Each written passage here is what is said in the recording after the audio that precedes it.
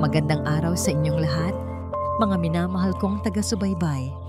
Kumusta ang inyong mga puso ngayon? Sana ay nasa mabuti kayong kalagayan. Alam nyo, madalas nating marinig na ang pag-ibig ay mapagparaya, na ang pag-ibig ay sakripisyo. Pero hanggang saan nga ba dapat magtiis ang isang babae para sa lalaking kanyang minamahal? Paano kung ang akala mong prinsipe na sasagip sa'yo ay siya palang halimaw na magkukulong sa'yo sa isang bangungot? Ang kwento natin ngayon ay tungkol sa pagbasag sa katahimikan, tungkol sa isang show na nagpabago sa lahat. Handa na ba kayong makinig? Huminga ng malalim. Ito ang Palabas sa Salamin. Hiraya Silang. Ang hangin sa loob ng dressing room ay amoy mamahaling pabango at nagbabadyang trahedya. Nakatitig si Hiraya sa kanyang refleksyon sa salamin. Ang dati maningning na pop star princess ng Pilipinas ay wala na. Ang nakikita na lang niya ay isang babaeng namumutla, pawisan, at nanginginig ang mga labi habang hawak ang kanyang tiyan na anumang oras ay puputok na. 9 na buwan. 9 na buwan siyang itinago ni Primo sa Isla Olvido, malayo sa mga kamera, malayo sa mga kaibigan, malayo sa lahat. At ngayong gabi, sa kaarawan ng kanyang asawa, siya ang main event. Isang matinding hilab ang naramdaman niya sa kanyang sinapupunan. Napahawak siya ng mahigpit sa gilid ng mesa. Daing niya. Halos walang boses na lumabas. Bumukas ang pinto ng padabog. Pumasok si Primo Fiero. Suot nito ang kanyang itim na tuxedo na gawa pa sa Italia. Gwapo, makisig. Pero ang kanyang mga mata ay singlamig ng yelo. Hindi siya lumapit para alalayan ng asawa. Tiningnan lang niya ito mula ulo hanggang paa na parang sinusuri ang isang produkto bago ibenta. Tapos ka na ba mag-inarte, Hiraya? Tanong ni Primo habang inaayos ang kanyang cufflinks. Primo, manganganak na yata ako.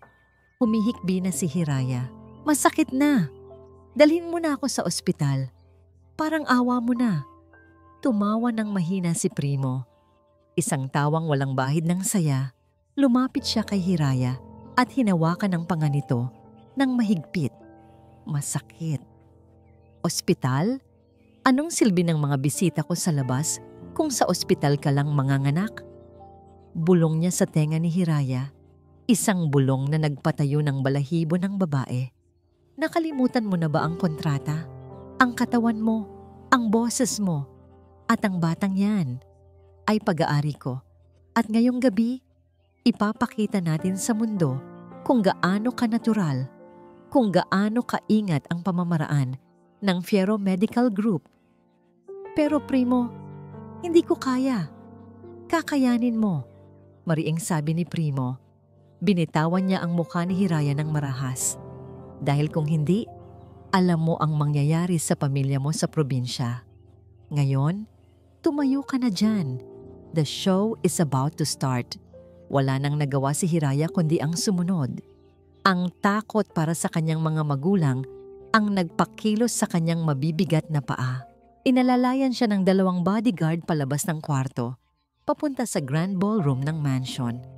Pagbukas ng malaking pinto, sinalubong siya ng nakakasilaw na mga ilaw at usok ng tabako. Puno ang bulwagan ng mga kalalakihan, mga business partners, politiko, at mga maimpluwensyang tao na kaibigan ni Primo. Walang ibang babae. Siya lang. Sa gitna ng bulwagan, may isang malaking tangke ng tubig na gawa sa makapal na salamin. May mga ilaw ito sa ilalim na nagbibigay ng kulay asul na liwanag sa tubig. Natigilan si Hiraya. Alam niya ang planong ito, pero hindi niya akalain na ganito katakot sa personal. Gusto ni Primo na manganak siya sa loob ng tangke bilang demonstrasyon ng water birth technology na ibinibida nito.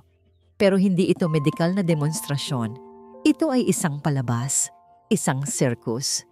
Ladies and gentlemen! Sigaw ni Primo sa mikropono. Nakangiti ng malapad na parang isang ringmaster. Ang aking asawa, ang nag-iisang Hiraya Silang Fiero sa pinakasagradong sandali ng pagiging ina. Nagpalakpakan ng mga lalaki. May mga humiyaw. May mga naglabas ng telepono para mag-video. Parang may bumara sa lalamunan ni Hiraya. Gusto niyang sumigaw. Gusto niyang magmura. Pero ang sakit ng tiyan niya ay parang kutsilyong umiikot sa loob. Dahan-dahan, tinulungan siyang umakyat sa hagdan patungo sa tangke. Ang tubig ay maligamgam. Pero ang pakiramdam ni Hiraya ay nagyayelo siya sa kahihiyan. Suot ang isang manipis na puting bestida. Lumusong siya sa tubig. Kitang-kita siya ng lahat. Bawat galaw, bawat paghilab ng tiyan, bawat patak ng pawis, para siyang isda sa aquarium na pinapanood ng mga gutom na pating. "Sige pa, Hiraya. Ngumiti ka naman." Sigaw ng isang bisita habang tumatawa. Napapikit si Hiraya. "Diyos ko, kunin niyo na po ako. Huwag niyo na pong hayaang makita ng anak ko ang mundong ito." Biglang dumating ang pinakamatinding sakit. Napasigaw si Hiraya. Isang sigaw na umalingaw-ngaw sa buong ballroom kahit nasa ilalim siya ng tubig. Kumuyapit siya sa gilid ng salamin. At doon, nakita niya si Primo. Nakatayo sa harap. Hawak ang isang baso ng wine. Nakangiti habang pinapanood ang paghihirap ng asawa. Walang pag-aalala. Walang pagmamahal. Puro pagmamalaki lang sa sarili niyang kapangyarihan. Pero may mali. Naramdaman ni Hiraya na may pumutok sa loob niya. Hindi lang tubig. Ang malinaw na tubig sa tangke ay unti-unting kinulayan ng pula. Dugo. Mabilis na kumalat ang dugo mula sa kanyang paanan pataas hanggang sa maging kulay rosas. At pagkatapos ay matingkad na pula ang buong tangke. Tumigil ang palakpakan. Nagbulungan ang mga tao. "Primo!" Tawag ni Hiraya. Pero walang boses na lumabas. Nagsimulang manlabo ang kanyang paningin. Ang tubig ay pumapasok na sa kanyang ilong at bibig. Nalulunod siya sa sarili niyang dugo. Sa labas ng tangke, nakita niyang kumunot ang noo ni Primo. Hindi dahil nag-alala ito, kundi dahil nasisira ang kanyang show. Sinanyasan nito ang DJ na lakasan ang music para takpan ang bulungan. Wala siyang gagawin, naisip ni Hiraya habang unti-unting pumipikit ang kanyang mga mata. Hahayaan niya kaming mamatay dito. Ang huling nakita ni Hiraya bago siya lamunin ng dilim ay hindi ang mukha ng kanyang asawa, kundi ang isang lalaking nakasuot ng gray na suit na tumatakbo mula sa likuran ng bulwagan. Mabilis. Galit. May hawak itong mabigat na bakal, isang stand ng mikropono, at sa isang iglap, narinig ni Hiraya ang pinakamalakas na tunog sa buong buhay niya. Crash! Nabiyak ang salamin. Kasabay ng pagbulwak ng libo-libong litrong tubig at dugo palabas ng tangke, bumagsak ang katawan ni Hiraya sa malamig na sahig. At ang mundo ay naglaho. 4:00 pa lang ng umaga, gising na si Dalisay. Mabigat ang 2 balde ng taho na nakapasan sa kanyang balikat. Ang pinggan na gawa sa kawayan ay bumaon na sa kanyang balat. Nag-iiwan ng kalyo at pasa na pilit niyang itinatago sa ilalim ng kanyang kupas na t-shirt. "Taho! Taho kayo dyan!" Sigaw niya. Ang boses niya na dapat sana ay nag-uutos sa mga board meetings sa Makati ay ngayon namamaos sa paglalako sa maalikabok na kalsada ng Sampaloc. Kailangan niya ng pera, hindi dahil wala siyang pera, kundi dahil yon ang papel na kailangan niyang gampanan. Si Dalisay Dukha, ang hamak na asawa ni Cesar Bato, ang babaeng walang alam, walang pamilya, at walang pupuntahan kapag pinalayas. Habang nagpupunas siya ng pawis sa noo, isang pamilyar na tunog ng makina ang narinig niya. Isang itim na Mercedes-Benz ang dahan-dahang huminto sa tapat ng kanyang pwesto. Napahinto si Dalisay sa pagsalok ng Arnibal. Kilala niya ang kotseng iyon. Bumaba ang bintana sa passenger seat. Bumungad ang mukha ng isang babaeng puno ng kolorete. Nakasuot ng malaking sunglasses kahit hindi pa naman tirik ang araw. Si Stella, ang secretary ni Cesar na mas madalas pa sa opisina ng asawa niya kaysa sa trabaho, at sa driver's seat nakita niya si Cesar, nakangisi. Oh my God, babe. Look! Tawa ni Stella, sabay turo kay Dalisay na parang nakakita ng kakaibang hayop sa zoo. Si Mrs. ba to ba yan? Akala ko ba may sakit kaya hindi makapagluto ng breakfast mo? Yun pala nagtitinda ng cheap soy drink. Hindi umimik si Dalisay. Yumuko lang siya at nagpatuloy sa pagtakip ng kanyang paninda. Hinga ng malalim Dalisay. Konti na lang. Hoy Dalisay! Tawag ni Cesar. Ang boses nito ay puno ng pagkadisgusto. Nakakahiya ka. Asawa ka ng isang CEO, tapos nagkakalat ka sa kalsada ng ganyan? Kung gusto mo ng pera, bakit hindi ka lumuhod at humingi? Cesar, kailangan ko lang ng pambili ng gamot ni... Tumahimik ka. Putol ni Cesar. Wala akong pakialam sa mga dahilan mo. Gusto mo ng pera? Heto. Dumukot si Cesar sa kanyang wallet. Naglabas siya ng ilang pirasong 1,000 piso. Nilukot niya ito at ibinato sa mukha ni Dalisay. Tumama ang mga papel sa pisngi ni Dalisay bago nahulog sa maputik na semento. Pulutin mo, utos ni Cesar. Para naman may silbi ka ngayong araw. At bilisan mo ang uwi, ayoko nang marumi ang bahay ko pagdating ko mamaya. Humagalpak ng tawa si Stella habang itinaas na muli ni Cesar ang bintana ng kotse. Humarangot ang sasakyan, iniwan si Dalisay na nababalot ng usok at alikabok. Nanatiling nakatayo si Dalisay ng ilang segundo. Ang mga tao sa paligid ay nakatingin sa kanya ng may awa. Dahan-dahan, lumuhod si Dalisay, hindi para magmakaawa, kundi para pulutin ang pera, isa-isa. Pinagpag niya ang putik sa mga papel. Ang mukha niya ay blanko, walang luha, walang galit na makikita. Dahil ang galit ng isang Montefalco ay hindi ipinapakita sa kalsada. Ipinaparamdam ito sa husgado. Pagka-uwi sa kanilang maliit at luma na bahay, ang servants' quarters, kung saan siya pinapatira ni Cesar, ibinaba ni Dalisay ang mga balde ng taho. Nilak niya ang pinto. Siniguro niyang nakasarado ang lahat ng kurtina. Naglakad siya patungo sa isang lumang painting na nakasabit sa dingding. Isang painting ng isang agila. Ibinaba niya ito. Sa likod ng painting ay may isang maliit na safe. Pinindot niya ang code. Mabilis, sanay na sanay. Click.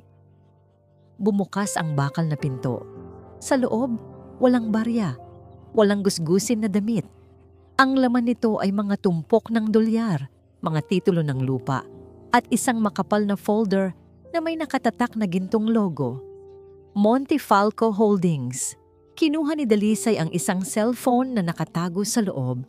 Isang high-end na encrypted phone na ito lang ang tanging nakakaalam. Nagdial siya. "Good morning, Miss Dalisay," sagot ng boses sa kabilang linya. "Handa na po ang mga papeles para sa acquisition ng Bato Construction." Tumingin si Dalisay sa salamin. Ang mukha ng tindera ng taho ay naglaho. Ang pumalit ay ang mukha ng tunay na reyna na handa ng bawiin ang kanyang korona. "Attorney," sagot ni Dalisay. Ang boses niya ay malamig at matalas. "Huwag munang acquisition." "Po? Pero akala ko..." "Gusto kong ihanda mo ang demanda," sabi ni Dalisay habang hinahawakan ng pisngi kung saan tumama ang pera ni Cesar kanina. Lahat ng ebidensya ng money laundering, tax evasion, at adultery ni Cesar. "I want everything released tomorrow." "Masusunod, ma'am. Sisimulan na ba natin ang giyera?" Ngumiti si Dalisay. Isang ngiti na mas mapanganib pa sa kahit anong sandata. "Hindi ito giyera, attorney. Ito ay isang pagkatay. Hayaan nating isipin niyang hari pa rin siya. Hanggang sa magising siya na wala na siyang trono." Pinatay niya ang tawag at ibinalik ang phone sa safe. Sa kanya kinuha ang nilukot na pera na ibinato ni Cesar kanina. Inilagay niya ito sa isang garapon na may label na "Abuloy para kay Cesar. Malapit na, mahal ko. Malapit na. Puti. Lahat ay kulay puti. Ang kisame, ang mga dingding, ang kumot na nakabalot sa katawan ni Hiraya. Amoy gamot at antiseptiko. Dahan-dahang iminulat ni Hiraya ang kanyang mga mata. Masakit ang buong katawan niya. Parang binugbog ng paulit-ulit. Pero higit sa pisikal na sakit, may isang bagay na agad siyang hinanap. Isang bagay na nawawala. Napahawak siya sa kanyang tiyan. Wala na ang bigat. Wala na ang umbok. Patag na ito. Ang anak ko, bulong niya. Ang boses ay garalgal at tuyot. Nasaan ang anak ko? Pilit siyang bumangon kahit umiikot ang kanyang paningin. Hinugot niya ang IV drip na nakatusok sa kanyang kamay. Tumulo ang dugo, pero wala siyang pakialam. "Nurse! Nasaan ang baby ko?" Sigaw niya. Bumukas ang pinto. Hindi nurse ang pumasok. Si Primo. May dala itong basket ng prutas at isang malaking nangiti na hindi umaabot sa mata. Mukha itong presko, parang walang nangyaring karumal-dumal na insidente kagabi. "Gising ka na pala, mahal." Bati nito sa tonong parang kinakausap ang isang paslit. "Primo, nasaan ang anak natin?" Nanginginig na tanong ni Hiraya. "Nasaan siya? Gusto ko siyang makita." Lumapit si Primo at umupo sa gilid ng kama. Hinawi niya ang buhok ni Hiraya, pero umiwas ang babae. "Shh! Relax ka lang," malumanay na sabi ni Primo. Pero may diin. Nasa nursery siya. Safe siya. Pero ikaw, Hiraya, nag-aalala ako sa'yo. Naglabas si Primo ng isang remote at binuksan ang TV na nakasabit sa dingding. Sa balita, makikita ang mukha ni Hiraya. Ang headline, "Pop star Hiraya Silang nagkaroon ng mental breakdown sa gitna ng panganganak." Nanlaki ang mata ni Hiraya. Anong ibig sabihin nito?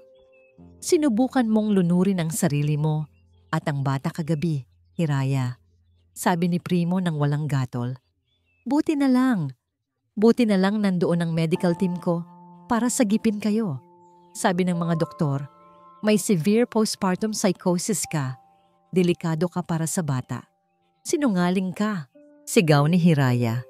Sinubukan niyang sampalin si Primo, pero mabilis nitong nasalo ang pulso niya. Mahigpit, masakit. Ang maamong mukha ni Primo ay nagdilim. Inilapit niya ang mukha kay Hiraya. "Makinig ka," bulong ni Primo. Ang boses ay parang ahas. "Wala kang karapatang maging ina. Isa kang sirang laruan na kailangan ng itapon. Ang anak natin, hindi mo na siya makikita kahit kailan. Pipirma ka ng papeles na ililipat mo sa akin ang full custody dahil sa mental condition mo. Kapalit nun, bubuhayin kita." Hayop ka! Hayop ka! Humagulgol si Hiraya. "Ibalik mo ang anak ko. Tumahimik ka." Akmang sasampalin ni Primo si Hiraya nang biglang, blag! Bumukas ang pinto ng kwarto ng malakas. Tumama ito sa dingding at halos masira ang seradura. Dalawang bodyguard ni Primo ang tumilapon papasok sa kwarto. Bagsak sa sahig. Sa likod nila, nakatayo ang isang lalaking may matipunong pangangatawan. Suot ang isang gusot na gray suit. Ang kanyang mga mata ay nag-aapoy sa galit. Si Atlas Valiente. "Bitawan mo siya," utos ni Atlas. Ang boses niya ay mababa, pero yumanig sa buong kwarto. Binitawan ni Primo si Hiraya at tumayo para harapin ang intruder.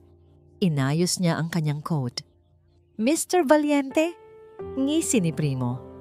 "Ang bilyonaryong nanggulo sa party ko kagabi. Ano na naman ito? Trespassing? Kidnapping? Rescue?" Simpleng sagot ni Atlas. Naglakad si Atlas palapit. Hindi pinapansin ang mga bodyguard na namimilipit sa sakit sa sahig. Hinarang siya ni Primo. "Huwag kang mangialam sa usapang mag-asawa." Banta ni Primo. "Kilala mo ba kung sino ako? Isang tawag ko lang, pwede kitang ipakulong." "At isang tawag ko lang?" sagot ni Atlas. "Ilalabas ko ang footage ng CCTV mula sa ballroom. Kitang-kita kung paano mo pinabayaang malunod ang asawa mo. Medical malpractice? Attempted murder? Mamili ka, Primo." Natigilan si Primo. Nawala ang nangisi sa mukha nito. Nilagpasan siya ni Atlas at lumapit kay Hiraya. "Hiraya!" Tawag ni Atlas. Malambot ang boses niya ngayon. "Pwede kang umalis dito? Sumama ka sa akin. Hindi kita pababayaan. Tumingin si Hiraya kay Atlas. Nakita niya ang sinseridad sa mga mata nito. Pagkatapos, tumingin siya kay Primo na ngayon ay nakatingin sa kanya ng masama, nagbabanta gamit ang tingin. Ang anak ko, naisip ni Hiraya. Kung mananatili ako dito, papatayin niya ako unti-unti. Kung aalis ako, may pag-asa akong lumaban. Dahan-dahang inalis ni Hiraya ang IV drip ng tuluyan. Pinilit niyang tumayo. Inalalayan siya ni Atlas. Walang salita. Binuhat siya nito ng parang isang prinsesa dahil nanginginig pa ang kanyang mga tuhod. Kapag lumabas ka sa pintong yan, Hiraya, sigaw ni Primo, wala ka nang babalikan. Wawasakin ko ang pangalan mo. Hindi mo na makikita ang bata. Huminto si Hiraya sa tapat ng pinto habang buhat ni Atlas. Tumingin siya sa kanyang kaliwang kamay. Suot pa rin niya ang wedding ring na may malaking diamante, simbolo ng kanyang pagkakakulong. Hinubad niya ito. Gamit ang huling lakas na natitira sa kanya, inihagis niya ang singsing. Tumama ito sa mukha ni Primo at tumalbog sa sahig, gumawa ng matinis na tunog. Ting-ting-ting. Wala na akong babalikan, Primo. Mahina, pero matigas na sabi ni Hiraya. Dahil ang Hiraya na kilala mo, namatay na sa tangkay kagabi. Tumingin siya kay Atlas at tumango. Alis na tayo. Habang naglalakad sila palayo sa koridor ng ospital, rinig na rinig pa rin ang mga mura at sigaw ni Primo. Pero sa unang pagkakataon, hindi na natakot si Hiraya. Nasa bisig siya ng isang taong handang sumalo sa kanya. At sa kanyang puso, nagsimulang mabuo ang isang pangako. Babalik ako. At sa pagbabalik ko, ako naman ang manonood habang nalulunod ka. Ang The Gents Den ay isang exclusive cigar lounge sa tuktok ng isang skyscraper sa Makati. Dito nagpupulong ang mga hari ng syudad, mga lalaking nagpapatakbo ng negosyo, politika, at buhay ng ibang tao. Sa isang sulok na gawa sa mamahaling leather at mahogany, nakaupo si Cesar Bato at Primo Fierro. Sa pagitan nila ay isang bote ng Blue Label at isang kahon ng Cuban cigars. "Cheers, pare," sabi ni Cesar, sabay taas ng kanyang baso. "Para sa kalayaan." "Para sa bagong simula," sagot naman ni Primo. Bagaman may maliit na plaster sa kanyang pisngi, ang sugat mula sa singsing na ibinato ni Hiraya. Uminom sila, tumawa. Ang tawa nila ay mabigat, puno ng kayabangan. "Balita ko, nag-viral ka kagabi kantiaw ni Cesar habang sinisindihan ang tabako. "Yung asawa mong singer, nag-amok daw?" "Sayang, ang ganda pa naman ng katawan." Napapikit si Primo, halatang naiinis kapag naaalala ang nangyari. "Huwag mo nang banggitin. Sira ang ulo ng babaeng yon. Postpartum depression daw. Pero okay na rin. Nakuha ko na ang gusto ko. Wala na siya. Pero nasa akin ang bata." "At ang public sympathy? Nasa akin lahat. Ako ngayon ang kawawang asawa na iniwan ng baliw na misis." Humagalpak ng tawa si Cesar. "Bilib talaga ako sa iyo, Primo. Master manipulator. Buti ka pa. Tapos na ang problema. Ako eto. Tinitiis ko pa rin yung palamunin kong asawa." "Si Dalisay?" ngisi ni Primo. "Yung mukhang katulong? Mas masahol pa sa katulong," dura ni Cesar. "Amoy palengke. Walang class. Alam mo ba, nakita ko siya kanina nagtitinda ng taho sa kalsada. Nakakahiya. Kaya nga minamadali ko na ang annulment. Kapag naging kami na ni Sofia, yung anak ni Senator, magiging unstoppable na ang Bato Construction." Speaking of construction, inayos ni Primo ang kanyang kwelyo. "Handa na ba ang papeles para sa merger natin? Kailangan ko ang kumpanya mo para itayo ang bago kong medical complex."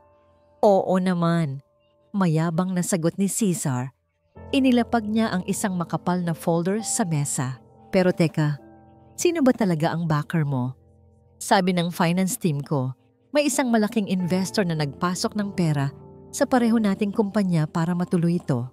Nagkibit-balikat si Primo. Montefalco Holdings daw, isang private equity firm. Hindi ko kilala ang may-ari. Masyadong mailap. Pero hanggat pumapasok ang pera nila sa bulsa ko, wala akong pakialam kung sino sila. Kinuha ni Cesar ang ballpen. Sa bagay, pera ay pera. Kapag nagsama ang pwersa natin, Primo, tayo na ang maghahari sa Maynila. Walang makakapigil sa atin.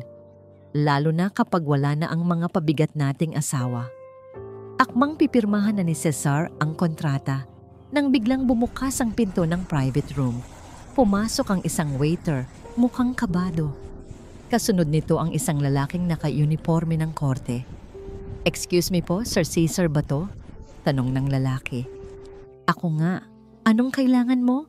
Hindi mo ba nakikitang busy kami?" Singal ni Cesar. "Court summons po, sir. Para sa kasong isinampa ni Mrs. Dalisay ba to?" Natigilan si Cesar. Tumingin siya kay Primo na nagpipigil ng tawa ni hinablot ni Cesar ang sobre. Kasong isinampa ni Dalisay, nagpapatawa ba siya? Binuksan niya ito ng padabog. Binasa niya ang unang pahina, Petition for Legal Separation and Asset Liquidation. Separation? Sigaw ni Cesar, namumula ang muka sa galit at tawa. Gusto niyang makipaghiwalay? Aba, inunahan pa ako ng gaga. At ano to? Asset liquidation? Gusto niya ng hatian sa yaman? Ha. Tinapon ni Cesar ang papel sa mesa. Nahihibang na siya. Iling ni Cesar. Akala niya may makukuha siya sa akin? Sisiguraduhin kong pagkatapos ng kasong ito, kahit pambili ng taho wala na siya. Tumingin si Primo sa kaibigan. Ingat ka pare, ang mga babaeng tahimik, minsan mapanganib. Hindi si Dalisay. Kampanteng sagot ni Cesar habang nilalagok ang natitirang alak. Ang babaeng yun ay parang basahan. Pwede kong tapakan, pwede kong itapon. Wala siyang laban sa akin. Sa di kalayuan, sa labas ng bintana ng skyscraper, nagsimulang kumulog. Nagbabadya ang isang malakas na bagyo. Hindi alam ni Cesar at Primo na ang bagyong parating ay may pangalang Dalisay at Hiraya. At ang Montefalco Holdings, nakapipirma lang nila ng kontrata. Iyon ang tali na bibitay sa kanila. Lumipas ang 6 na buwan. Sa isang liblib na rest house sa tuktok ng Baguio, malayo sa ingay ng Maynila, bumabagsak ang malakas na ulan. Pero hindi nito kayang sapawan ng boses na nanggagaling sa loob ng music room. Kumakanta si Hiraya. Hindi ito ang matatamis na kanta na sumikat siya bilang pop star princess. Ang boses niya ngayon ay malalim, paos at puno ng sakit. Bawat nota ay parang patalim na humihiwa sa hangin. Nakaupo siya sa harap ng grand piano. Ang dating mahaba at unat niyang buhok ay ginupit na niya ng maikli. Bob cut na hanggang panga na lalong nagpapatingkad sa tapang ng kanyang mga mata. Pumipiyok siya sa huling nota. Napahampas siya sa teklado ng piano. Plug. Hindi pa sapat. Sigaw niya sa sarili. Mahina pa rin. Paano ko sila matatalo kung ganito ako kahina? Nanginginig ang kanyang mga kamay. Ang galit at pangungulila sa kanyang anak, ang tanging gasolina na nagpapatakbo sa kanya ngayon. Bumukas ang pinto. Pumasok si Atlas na may dalang tray ng mainit na salabat. Tahimik lang itong lumapit at inilapag ang tasa sa ibabaw ng piano. Pahinga muna, Hiraya. Malumanay na sabi ni Atlas. Masyado mo nang pinapahirapan ang sarili mo.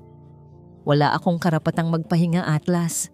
Sagot ni Hiraya nang hindi tumitingin sa kanya. Bawat segundong nagpapahinga ako, hawak ni Primo ang anak ko.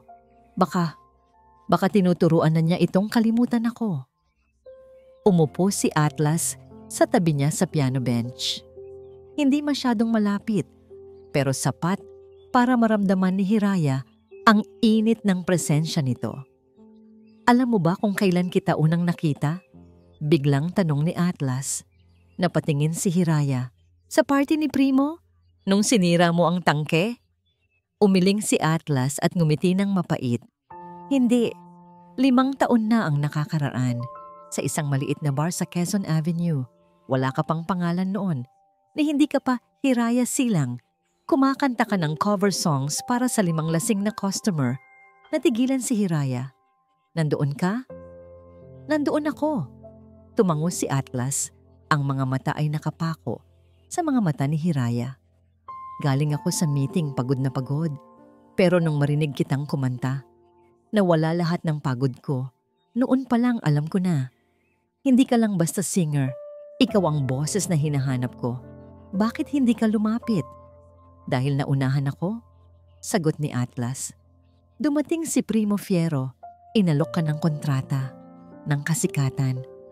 Nakita kong masaya ka, kaya lumayo ako. Akala ko, alagaan ka niya.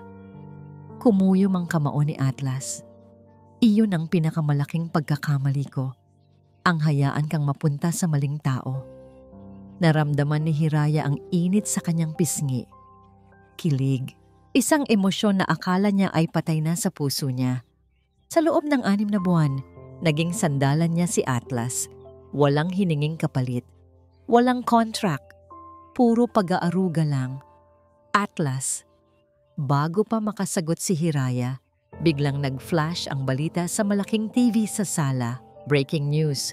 Bilyonaryong si Primo Fiero may bagong ina para sa kanyang anak. Mabilis na tumayo si Hiraya at lumapit sa TV. Sa screen, makikita si Primo na karga ang anak ni Hiraya. Ang sanggol ay malaki na, malusog, pero umiiyak. Sa tabi ni Primo ay nakatayo si Stella, ang dating sekretarya ni Cesar na ngayon ay nakakapit sa braso ni Primo. "Meet Tita Stella," sabi ni Primo sa interview. Nakangiti sa kamera. Siya na ang tumatayong mommy ni Baby Prince. Maswerte kami na may babaeng disente at matino ang pag-iisip na mag-aalaga sa kanya. Hindi tulad ng biological mother niya na, well, alam niyo na. Nagdilim ang paningin ni Hiraya. Ang anak niya, tinatawag na mommy ang ibang babae. At ang babaeng yon ay ang kabit ng kasosyo ng asawa niya. Dahan-dahang nawala ang luha sa mata ni Hiraya. Napalitan ito ng yelo. Humarap siya kay Atlas. Wala nang bakas ng takot o pag-aalinlangan sa kanyang mukha. Atlas, tamatawag niya. Ang boses niya ay mababa, buo at nakakakilabot sa lamig. "Ano yon?" "Tawagan mo si Dalisay," utos ni Hiraya. "Sabihin mo sa kanya, tapos na ang pagdadalamhati." Naglakad si Hiraya pabalik sa piano. Pinindot niya ang isang mababang nota. Isang tunog na parang babala ng parating na bagyo. Handa na ako para sa gala. Oras na para marinig nila ang tunay na boses ng isang ina. Sa labas, tumigil ang ulan. Ang ulap ay nahawi at sumilip ang buwan. Maliwanag, matalim, at handang magbantay sa gabi ng paghihiganti. Malamig ang hangin sa loob ng mediation room, pero mas malamig ang tingin ng mga taong nasa paligid ng mahabang mesa. Nakaupo si Dalisay sa isang sulok, suot ang kanyang kupas na blouse na may mantsapa ng arnibal sa laylayan. Nakayuko siya. Ang mga kamay ay mahigpit na nakahawak sa laylayan ng kanyang palda. Sa kabilang dulo, nakaupo si Cesar, kampante, nakadikwatro. Naglalaro ito ng Candy Crush sa kanyang cellphone habang ang kanyang abogado, si Atty. Gatchalian, ay nagpapaliwanag. "Mrs. Bato," paninimula ng abogado sa tonong puno ng pagmamaliit. "Simple lang ang gusto ng kliyente ko, annulment at waiver of rights sa lahat ng ari-arian. Wala kang ambag sa pagpapalago ng Bato Construction. Kaya wala kang karapatang humingi ng kahit 5 duling." Hindi sumagot si Dalisay. Nanatili siyang nakayuko. "Bingi ka ba?" Singit ni Cesar, hindi inaalis ang tingin sa cellphone. "Pirmahan mo na yan para matapos na. May lunch meeting pa ako sa mga investors." Inilapag ni Atty. Gatchalian ang isang makapal na dokumento sa harap ni Dalisay. "Heto ang ballpen. Pirmahan mo sa bawat pahina. Kapag ginawa mo yan, bibigyan ka ni Mr. Bato ng..." "Magkano nga ba, sir? 10,000 pesos? Pambili mo ng bagong paninda ng taho. Nagtawanan ng abogado at ang kliyente nito. Dahan-dahang inabot ni Dalisay ang ballpen. Nanginginig ang kanyang kamay. Hindi dahil sa takot, kundi sa pagtitimpi. 10,000, naisip niya. Ang halagang yon ay tip ko lang sa waiter ko sa Paris. Tumingala siya at tinitigan si Cesar sa mata. Sa unang pagkakataon ngayong araw, nakita ni Cesar ang mukha ng kanyang asawa. Wala itong emosyon. Blanko. Cesar, tawag ni Dalisay. Mahina. Sigurado ka na ba dito? Wala nang bawian? Gusto mo talagang mawala ako sa buhay mo at sa kumpanya mo? Ngumisi si Cesar. Dalisay, yan ang pinakamagandang desisyon na gagawin ko sa buong buhay ko. Ang mawala ang isang basahan sa mansyon ko. Pirmahan mo na. Huminga ng malalim si Dalisay. Basahan pala ha? Sige, bulong niya. Scritch, scritch. Mabilis na pumirma si Dalisay. Bawat pahina, bawat clause. Binitawan niya ang lahat ng karapatan niya bilang asawa ni Cesar Bato. Pero ang hindi alam ni Cesar, sa pagpirma ni Dalisay sa dokumentong iyon, pinirmahan din niya ang paglaya ng Bato Construction mula sa proteksyon ng Montefalco Group. Done. Masayang sigaw ni Cesar, sabay hablot ng papel. Sa wakas, malaya na ako. Ati, ipadala mo na to sa korte bukas na bukas din. Tumayo si Cesar at inayos ang kanyang mamahaling suit. Nilagpasan niya si Dalisay na parang hangin. Oh, heto, sabi ni Cesar, sabay tapon ng isang sobre sa mesa. Yung 10K mo, lumayas ka na sa paningin ko at wag na wag kang magpapakita sa akin kahit kailan. Kinuha ni Dalisay ang sobre. Tumayo siya ng tuwid, hindi na siya nakayuko. Wag kang mag-alala, Cesar, sabi ni Dalisay. Ang boses ay biglang nagbago. Naging formal, naging makapangyarihan. Magkikita pa tayo, mas maaga kaysa sa inaakala mo.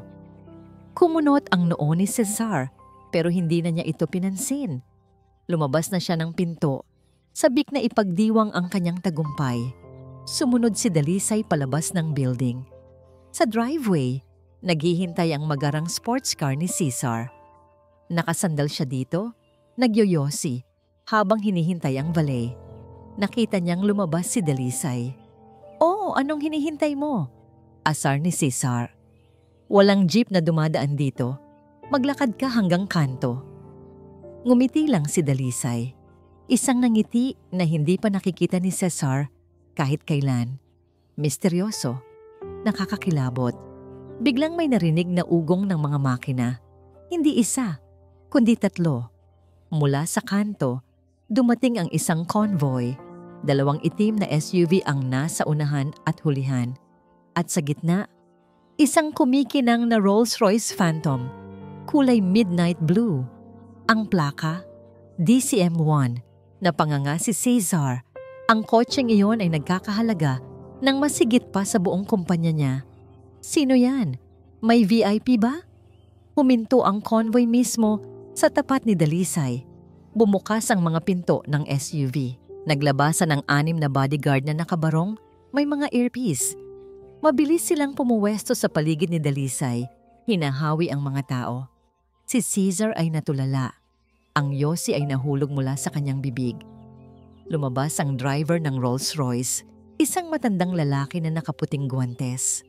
Umikot ito at binuksan ang pinto ng passenger seat para kay Dalisay. Yumuko ang driver ng malalim. Good afternoon, Chairman Montefalco. Bati ng driver ng malakas at malinaw. Hinihintay na po kayo ng Board of Directors. Sisimulan na po ba natin ang takeover?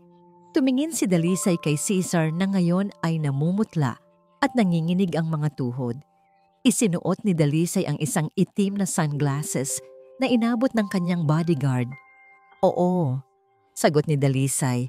Hindi inaalis ang tingin sa namumutlang mukha ng kanyang dating asawa. Let the games begin! Sumakay siya sa loob ng Rolls-Royce. Padabog na isinara ang pinto at iniwan si Cesar sa usok ng tambutso habang nagsisimulang pumatak ang ulan.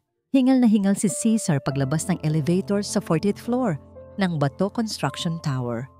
Late na siya sa emergency board meeting na ipinatawag ng bagong majority investor, ang Montefalco Holdings. Humanda sa akin ang mga guard sa baba. Bulong ni Cesar sa sarili habang inaayos ang kanyang necktie. Bakit nila pinayagang pumarada ang Rolls-Royce ng dalisay na yon sa harap ng building ko? Panira ng araw. Pero sa likod ng utak niya nandoon ang kaba. Bakit siya tinawag na chairman? Bakit ganoon ang sasakyan niya? Imposible. Iling ni Cesar. Siguro nag-asawa siya ng matandang mayaman agad? O baka sugar daddy niya? Napangisi siya. Oo, ganun nga. Pokpok talaga. Binuksan niya ng padabog ang pinto ng boardroom. Gentlemen, sorry I'm late. Sigaw niya na may halong yabang, pero natigil siya. Tahimik ang buong kwarto. Ang lahat ng miyembro ng board of directors, mga matatandang bilyonaryo na tinitingala niya, ay nakatayo. Walang nakaupo. Lahat sila ay nakatingin sa dulo ng mahabang mesa, sa chairman's seat, na dapat ay para sa kanya. May nakaupong babae doon. Nakatalikod ang swivel chair sa kanya. Nakaharap sa malaking bintana na tanaw ang buong Maynila. Excuse me? Asik ni Cesar, namumula ang mukha. Sino ka? At bakit ka nakaupo sa upuan ko? Security! Dahan-dahang umikot ang upuan. Screech! Tumambad kay Cesar ang isang babaeng nakasuot ng puting power suit na gawa sa seda. Ang buhok nito ay nakapusod ng maayos, suot ang mga alahas na brilyante na mas mahal pa sa buhay ni Cesar. Pero ang mukha ay pamilyar na pamilyar. Good afternoon, Mr. Bato. Bati ng babae. Ang boses ay malamig, pero malinaw. Maupo ka. Nalaglag ang panga ni Cesar. Didalisay? Tumawa siya ng pilit. Anong kalokohan to? Dalisay, anong ginagawa mo dito? Nagnakaw ka ba ng damit? At paano ka nakapasok dito? Guard! Palabasin ang babaeng to. Lumapit siya akmang hahawakan sa braso si Dalisay para hilahin patayo, pero hinarang siya ng 2 bodyguard. Don't touch her, madiing sabi ng isang board member, si Mr. Tan. Show some respect to Chairman Montefalco. Natigilan si Cesar, parang binuhusan siya ng malamig na tubig. Si Chairman Montefalco? Tumingin siya kay Dalisay, tapos kay Mr. Tan, tapos pabalik kay Dalisay. Anong pinagsasabi niyo? Si Dalisay dukha yan. Tindera ng taho. Asawa ko yan na pinalayas ko kanina lang. Tumayo si Dalisay. Dahan-dahan. Ang bawat galaw ay puno ng otoridad. Ang pangalan ko, paninimula niya, habang naglalakad palapit kay Cesar, ay Dalisay Montefalco, anak ng yumaong Don Enrico Montefalco. At ang kumpanyang inaangkin mo, Cesar? Binili ko na ang 80% ng shares nito gamit ang perang ipinamato mo sa akin kanina. Naglabas si Dalisay ng isang folder at ibinalibag ito sa mesa. Buksan mo! Utos niya. Nanginginig na binuksan ni Cesar ang folder. Deed of Absolute Sale and Transfer of Rights. Nakapangalan lahat sa Montefalco Holdings. At sa ilalim, ang pirma ni Cesar, ang pinirmahan niya kanina sa mediation room na akala niya ay annulment papers lang. Naisahan mo ako. Bulong ni Cesar na mumutla. Dinaya mo ako. Hindi kita dinaya, Cesar.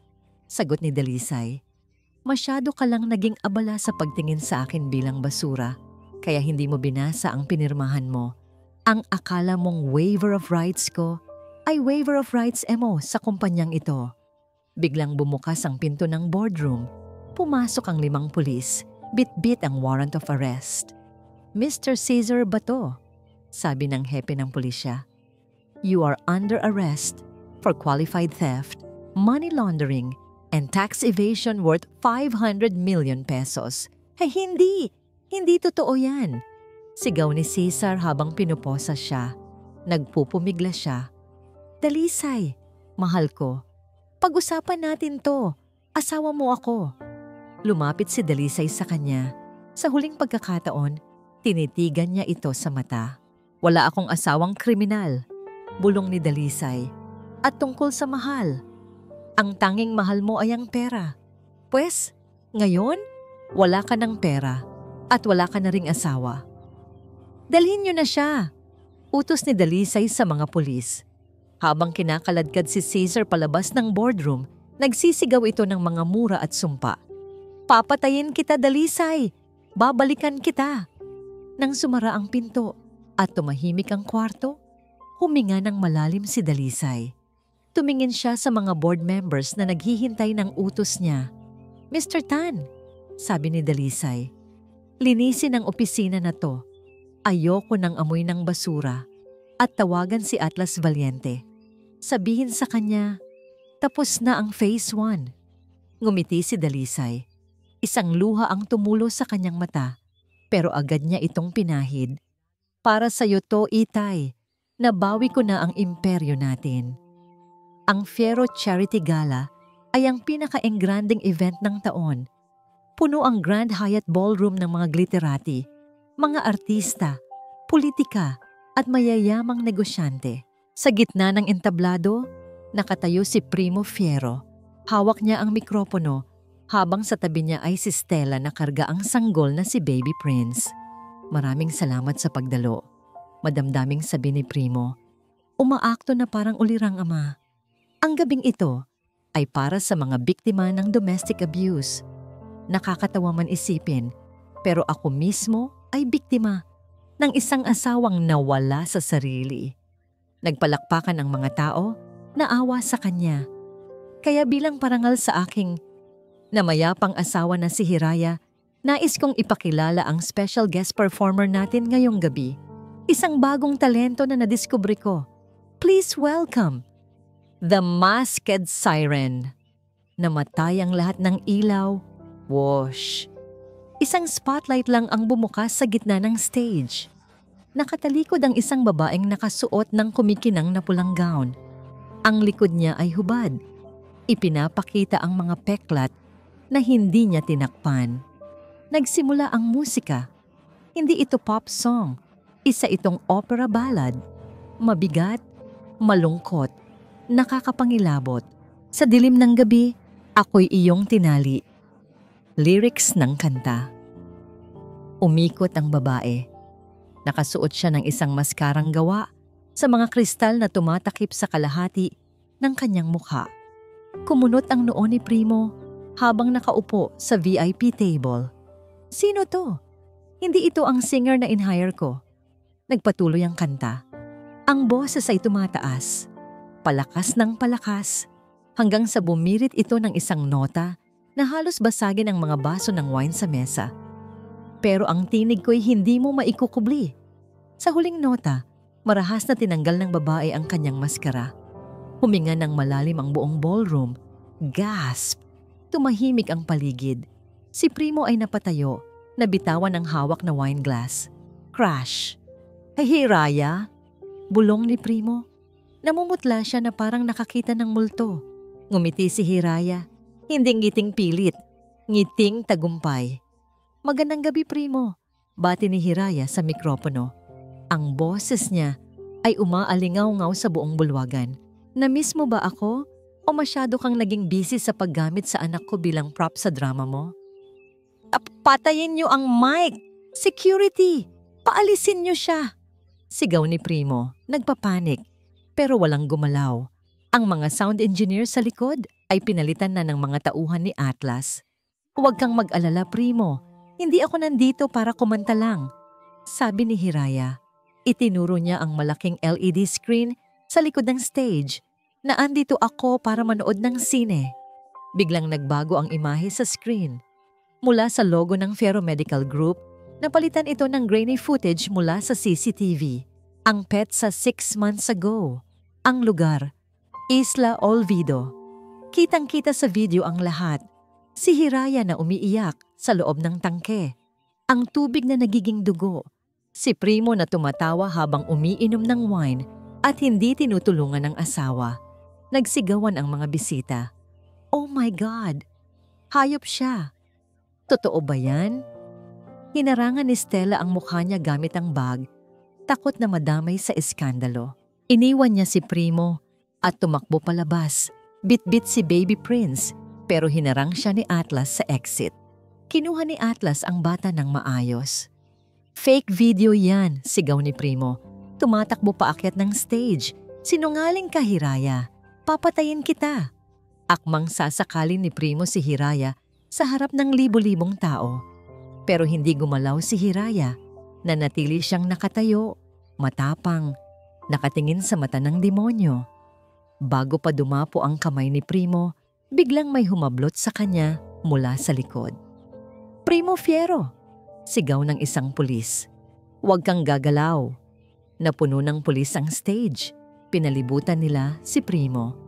Mr. Fiero, you are under arrest for attempted murder, child abuse and human trafficking. Basa ng opisyal. Ang ebidensya ay isinumite sa amin ni Miss Dalisay Montefalco kaninang umaga. Bitawan niyo ako. Hindi niyo ako kilala. Nagpupumiglas si Primo habang pinuposas. Tumingin siya kay Hiraya. Hiraya, bawiin mo to. Asawa mo ako. Lumapit si Hiraya sa kanya. Inilapit niya ang mikropono sa bibig ni Primo. Ano yon, Primo? Tanong ni Hiraya. May sinasabi ka? Patawarin mo ako. Pagmamakaawa ni Primo nang makita niyang wala na siyang kawala. Pinatay ni Hiraya ang mic. Inilapit niya ang bibig sa tenga ni Primo. Ang Hiraya na humihingi ng tawad sa iyo noon, patay na siya, Primo. Ang nasa harap mo ngayon ay ang babaeng papatay sa natitirang pag-asa mo. Tinulak niya si Primo palayo. Kinadkad ng mga pulis si Primo pababa ang stage habang kinukuyog siya ng media at flash ng kamera. Ang dating King of Medicine ay isa na ngayong kriminal. Sa gitna ng kaguluhan, naglakad si Atlas paakyat ng stage, karga si Baby Prince. Iniabot niya ang sanggol kay Hiraya. Nang mahawakan ni Hiraya ang kanyang anak, sa unang pagkakataon, pagkatapos ng 6 na buwan, doon lang bumuhos ang kanyang luha. Hindi dahil sa sakit, kundi sa saya. Niyakap niya ito ng mahigpit. Anak ko, nandito na si Mama. Tumingin siya kay Atlas. Tumango ang lalaki at hinawakan ang likod niya bilang suporta. Humarap si Hiraya sa audience, sa mga kamera at sa buong mundo. Itinaas niya ang kanyang anak. Ang sirena ay hindi lang nakabalik sa dagat. Siya na ngayon ang may-ari ng karagatan. Mainit, masikip, at ang hangin ay amoy pinaghalong pawis, kalawang, at ihi. Ito ang bagong penthouse ni Cesar Bato. Selda numero 4 sa City Jail. Hoy Bato, ang bagal mo kumilos! Sigaw ng mayor ng selda, isang lalaking may tattoo sa buong muka, na dati ay hold-a-pair. Nasa sulok si Cesar, nakaluhod sa harap ng inidoro na naninilaw sa dumi. Hawak niya ang isang lumang toothbrush, hindi para magsipilyo, kundi para kuskusin ang tiles. Teka lang naman, reklamo ni Cesar, pinapahid ang pawis sa noo gamit ang braso niyang puno na ng galis. CEO ako sa labas, hindi niyo ba ako kilala? Kapag nakalabas ako dito, ipapatibag ko tong kulungan niyo. Pak! Isang malutong na batok ang natanggap niya mula sa isang preso. CEO, dati yon. Tawa ng mga preso. Dito ikaw ang CRO? Comfort room officer. Bilisan mo dyan kundi ilulublob namin ang ulo mo sa inidoro. Napaluha si Caesar. Ang mga kamay niyang dati ay pumipirma lang ng tseke at humahawak ng wine glass. Ngayon ay nangingitim na sa dumi. Biglang tinawag siya ng gwardya. Bato, may dalaw ka. Nabuhayan ng loob si Cesar, si Dalisay. Sigurado ako, hindi niya ako matitiis. Tumakbo siya papunta sa visiting area, pero pagdating niya doon, hindi si Dalisay ang nakita niya. Isang lalaking naka-gray suit, si Atlas Valiente. Nasaan si Dalisay? Tanong ni Cesar, kumapit sa rehas. Sabihin mo sa asawa ko, patawarin na niya ako. Babawiin ko na ang lahat ng sinabi ko. Umiling si Atlas. Inilapag niya ang isang dyaryo sa harap ni Cesar. Ang headline, Montefalco Group, tuluyan ng inako ang Bato Construction. Dating CEO bankrupt na. Wala ka nang babalikan, Caesar, malamig na sabi ni Atlas. Ipinabenta na ni Dalisay ang mansion, ang mga kotse, pati ang mga mamahalin mong relo. Donated na sa charity. Zero balance ka na. Napaluhod si Caesar. Hindi, pinaghirapan ko iyon. Hindi ikaw ang naghirap, pagtatama ni Atlas. Si Dalisay ang nagpondo sa'yo simulat sa pool. Binawi lang niya ang sukli. Sa kabilang banda, sa isang high-security facility, nakatulala si Primo Fiero. Wala na ang makinis niyang balat. Tutubo na ang kanyang balbas at ang ilalim ng mata niya ay nangingitim dahil hindi siya makatulog. Gabi-gabi, naririnig niya ang boses ni Hiraya na kumakanta sa panaginip niya, isang kanta ng paghihiganti. Hawak niya ang isang gusot na magasin na nakuha niya sa kantin. Cover, Time Magazine, larawan, Hiraya Silang and Baby Prince. Caption, The Voice of Freedom. Nanginginig ang kamay ni Primo habang tinititigan ang larawan. Ang ganda ni Hiraya, mas makinang, mas matapang. Ang babaeng tinawag niyang walang kwenta at baliw ay ngayon tinitingala ng buong mundo bilang simbolo ng pag-asa. Binasa ni Primo ang caption sa ilalim ng larawan. Ang mga salita ay parang asido na tumunaw sa kanyang sikmura. Nagpapasalamat ako sa 2 taong sumagip sa akin. Kay Atlas Valiente, ang aking sandigan, at sa aking matalik na kaibigan na si Dalisay Montefalco, ang nagturo sa akin kung paano lumaban ng tahimik. Dalisay, bulong ni Primo, yung asawa ni Cesar, magkakilala sila? Matagal na. Napalingon si Primo. Sa labas ng rehas, nakatayo si Atlas Valiente. Hindi ito nakasuit ngayon. Nakakasual lang ito, mukhang presko at malaya. Kabaligtaran ni Primo. Atlas, sumugod si Primo sa rehas. Paano? Paano niyo nagawa to? Paano naging magkaibigan ang asawa ko at ang asawa ni Cesar? Lumapit si Atlas ng bahagya. Ang nangiti niya ay puno ng misteryo. Maliit lang ang mundo, Primo. Sagot ni Atlas, ang hindi niyo alam ni Cesar. Magpinsan kami ni Dalisay. Nanlaki ang mga mata ni Primo. Parang huminto ang pagtibok ng puso niya. Pinsan? Oo, tumango si Atlas. Ang Montefalco at Valiente ay matagal nang magkakampi. Noong nalaman naming ibinababoy niyo ang mga asawa ninyo, gumawa kami ng plano. Si Dalisay ang utak sa financial ruin niyo. Ako ang bahala sa physical rescue. At kayo? Kayo ang naging arkitekto ng sarili niyong kulungan dahil sa sobrang kayabangan niyo. Napaluhod si Primo. Ang tuhod niya ay bumigay sa bigat ng katotohanan. Hindi lang sila natalo. Pinaglaruan sila. Mula sa simula, nasa palad na sila ng mga taong inakala nilang mahina. Enjoy your stay, Primo. Huling sabi ni Atlas bago tumalikod. Balita ko, maganda ang view dyan. View ng pader. Naglakad palayo si Atlas. Atlas, bumalik ka dito. Atlas, sigaw ni Primo. Pero walang lumingon. Ang tanging sumagot sa kanya ay ang tunog ng bakal na pinto na sumara ng malakas. Klang! Katahimikan. Sa loob ng madilim na selda at sa loob ng maduming banyo kung saan naroon si Cesar, sabay na tumulo ang luha ng 2 lalaking dating naghahari-harian. Wala na silang pera, wala na silang kapangyarihan, at higit sa lahat, wala na silang pamilyang uuwian. Ang mga Diyos-Diyosan ay tuluyan ng bumagsak sa lupa at walang sino man ang gustong sumalo sa kanila. Payapa, ito ang salitang hindi inakala ni Hiraya na mararamdaman niya muli. Nasa isang malawak na hardin siya ngayon, ang private orchard ni Dalisay sa Tagaytay. Ang hangin ay sariwa, amoy pino at sampagita. Malayo sa amoy ng gamot ng ospital o usok ng sigarilyo ni Primo. Nakaupo siya sa isang garden chair, karga ang mahimbing na natutulog na si Baby Prince. Mainit pa ang tsaa. Hiraya, inumin mo habang masarap pa. Alok ni Dalisay. Umupo si Dalisay sa tapat niya. Ibang-iba na ito sa Dalisay na nagtitinda ng taho. Nakasuot ito ng simpleng linen dress, walang makeup, pero ang aura ng kapangyarihan at katahimikan ay nandoon. Salamat, Dalisay, ngiti ni Hiraya. At salamat sa lahat. Humigop si Dalisay ng tsa at tumingin sa malayo, kung saan tanaw ang Taal Lake. Wala yon, sagot ni Dalisay. Tinulungan mo rin ako.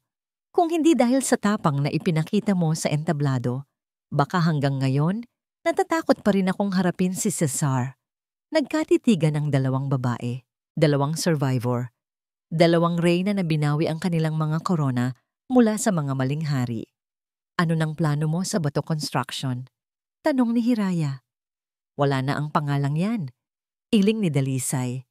Pinalitan ko na kanina. Silang Montefalco Foundation. Gagawin natin itong center para sa mga kababaihang biktima man ng abuso. Gusto kong gamitin ang perang ninakaw ni Cesar para tulungan ang mga katulad natin. Napangiti si Hiraya. Gusto ko yan. Pwedeng akong magturo ng music therapy sa mga bata. Excuse me, ladies. Napalingon sila. Dumating si Atlas. May dala itong gitara at isang bouquet ng sunflowers. Ang mukha nito ay maaliwalas. Ang mga mata ay puno ng pagmamahal na nakatuon lang kay Hiraya. Atlas. Bati ni Dalisay na may halong panunokso. Istorbo ka sa girls' talk namin. Sorry, Insan. Tawa ni Atlas. Pero hindi ko na kayang maghintay eh. Lumapit si Atlas kay Hiraya. Ibinaba niya ang gitara at ang bulaklak. Dahan-dahan, kinuha niya si Baby Prince mula sa bisig ni Hiraya at inilipat ito sa kuna na nasa tabi nila. Pagkatapos, lumuhod siya sa harap ni Hiraya. Napahawak si Hiraya sa kanyang bibig. Bumilis ang tibok ng puso niya. Hiraya, paninimula ni Atlas. Hinawakan niya ang kamay ng dalaga. Ang kamay na dati ay puno ng pasa, ngayon ay makinis na at malaya. Nakita kita noong durog na durog ka. Nakita kita noong binubuo mo ang sarili mo. At sa bawat version mo, ikaw pa rin ang pinakamagandang musika sa buhay ko. Naglabas si Atlas ng isang maliit na kahon. Binuksan niya ito. Hindi ito sing-sing na may malaking diamante na pampayabang tulad ng kay Primo. Isa itong simpleng gintong sing-sing na may disenyo ng pakpak. Hindi ko maipapangako na magiging perpekto ang buhay, sabi ni Atlas, nangingilid ang luha. Pero ipinapangako ko, hinding-hindi kita ikukulong. Sa piling ko, malaya kang lumipad. Hiraya, pwede ba kitang makasama sa paggawa ng bagong kanta ng buhay natin? Tumulo ang luha ni Hiraya. Tumingin siya kay Dalisay na nakangiti at tumatango. Tumingin siya kay Atlas. Sa mata ng lalaking ito, hindi siya produkto, hindi siya trophy. Tao siya. Oo, Atlas. Bulong ni Hiraya. Oo. Isinuot ni Atlas ang singsing. Tumayo siya at niyakap si Hiraya ng mahigpit. Sa likod nila, nagising si Baby Prince at humagikgik. Tila nakikisaya sa tagumpay ng kanyang ina. Ang araw ay nagsimulang lumubog. Kinukulayan ng ginto at lila ang langit. Isang bagong araw ang natapos, pero para kay Hiraya, Dalisay at Atlas, ang kwento ay nagsisimula pa lang. At dito po nagtatapos ang kwento ng Ang Palabas sa Salamin. Isang kwento ni Hiraya at Dalisay na nagturo sa atin ng isang napakahalagang aral. Na kahit gaano pa kadilim ang gabi, kahit gaano pa kapal ang rehas na nagkukulong sa atin, laging may pag-asa. Mga mare, mga suki, tandaan niyo ito.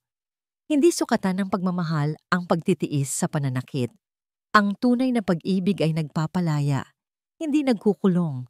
At ang tunay na kapangyarihan ng isang babae sa iyi ay wala sa kanyang asawa, kundi nasa sarili niyang puso.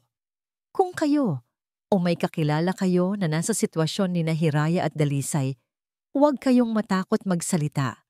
Huwag kayong matakot lumaban. Dahil tulad nila, may Atlas at Dalisay na handang tumulong sa inyo. Pero ang unang hakbang ay dapat magmula sa inyo. Taos puso po akong nagpapasalamat sa inyong walang sawang pagsubaybay sa seryeng ito. Salamat sa bawat luha, bawat galit at bawat ngiti na pinagsaluhan natin. Kung nagustuhan nyo ang kwentong ito at na-inspire kayo sa pagbangon ni Hiraya, pakiclick naman po ang like button. I-share nyo na rin sa mga kaibigan nyo para mas marami pa tayong ma-inspire. At syempre, mag-subscribe at pindutin ang bell button para lagi kayong updated sa mga susunod nating kwento. I-comment nyo sa ibaba. Babangon ako kung handa na kayong harapin ang bukas ng may tapang. Muli, ako po ang inyong lingkod na nag-iiwan ng isang paalala. Ang bawat puso ay may sariling kwento at ang bawat sugat ay naghihintay ng paghilom. Hanggang sa muli, paalam at mabuhay kayong lahat.